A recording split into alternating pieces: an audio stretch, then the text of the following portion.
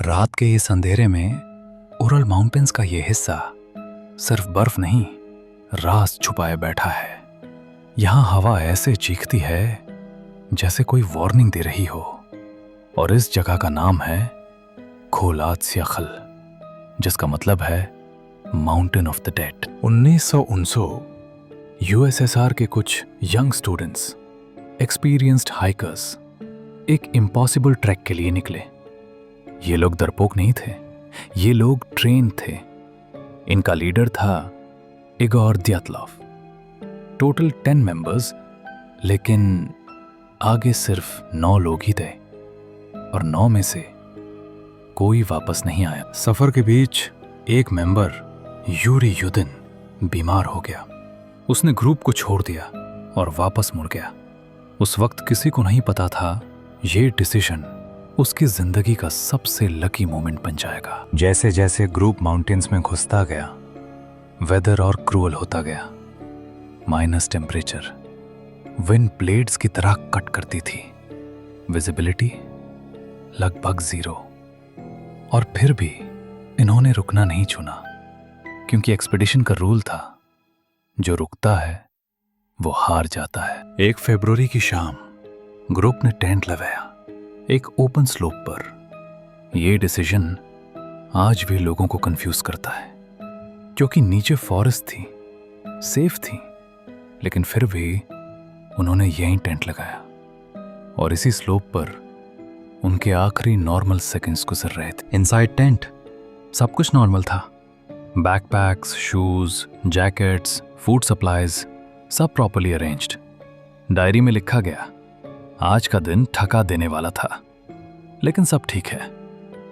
और फिर कुछ मिनट्स बाद सब कुछ ठीक नहीं रहा। इमेजिन करो, तुम टेंट में हो और बाहर से कुछ ऐसा सिग्नल मिलता है जो तुम्हारे ब्रेन को एक ही मैसेज भेजे, रन नाउ। किसी की सांस तेज, किसी का हार्ट फ्रीज, और नेक्स्ट सेकंड पूरे ग्रुप ने एक डिसीजन लिया, they must escape. Rescue team जब आई, उन्होंने देखा टेंट का फैब्रिक अंदर से काता हुआ था। दूर उसे नहीं किया गया, जिप ओपन नहीं की गई। They literally cut their way out. और ये तभी होता है जब तुम्हारे पास टाइम 0 हो। और फिर रेस्क्यू टीम ने देखा फुटप्रिंट्स, टेंट से फॉरेस्ट की तरफ।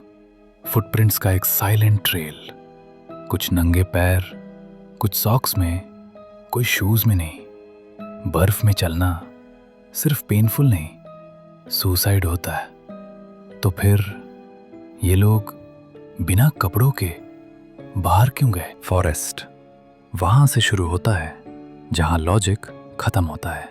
पाइन ट्रीज डार्कनेस को और डीप बना देते हैं। और यहीं 9 लोग एक अननोन फियर के पीछे भागते रहे। शायद उन्हें लग रहा था कोई चीज उनके टेंट की तरफ आ रही है। सबसे पहले 2 बॉडीज फायर के पास मिली, जहां उन्होंने लास्ट अटेम्प्ट किया सरवाइव करने का। लेकिन उनके बॉडी पे क्लोथ्स नहीं, सिर्फ स्किन और फ्रॉस्ट।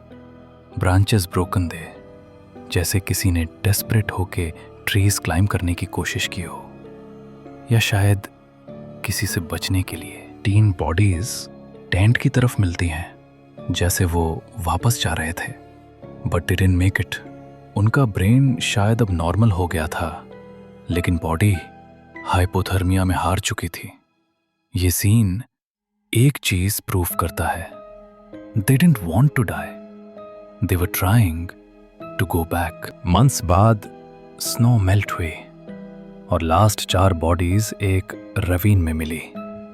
यहां हॉरर स्टार्ट्स, बिकॉज उनकी इंजरीज नॉर्मल नहीं थी।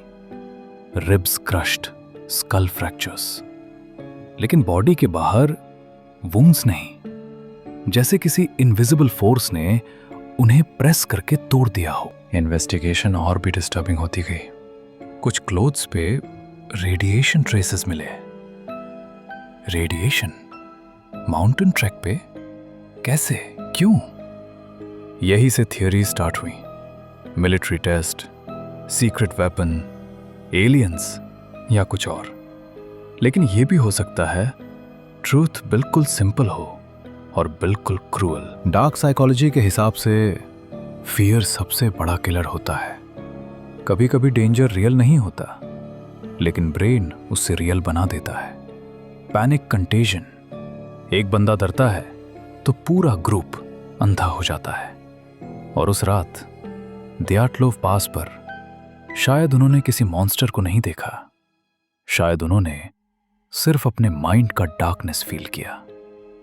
और आज डेकेड्स बाद भी वो माउंटेन बस एक ही चीज कहता है, मैं तुम्हें जवाब नहीं दूंगा।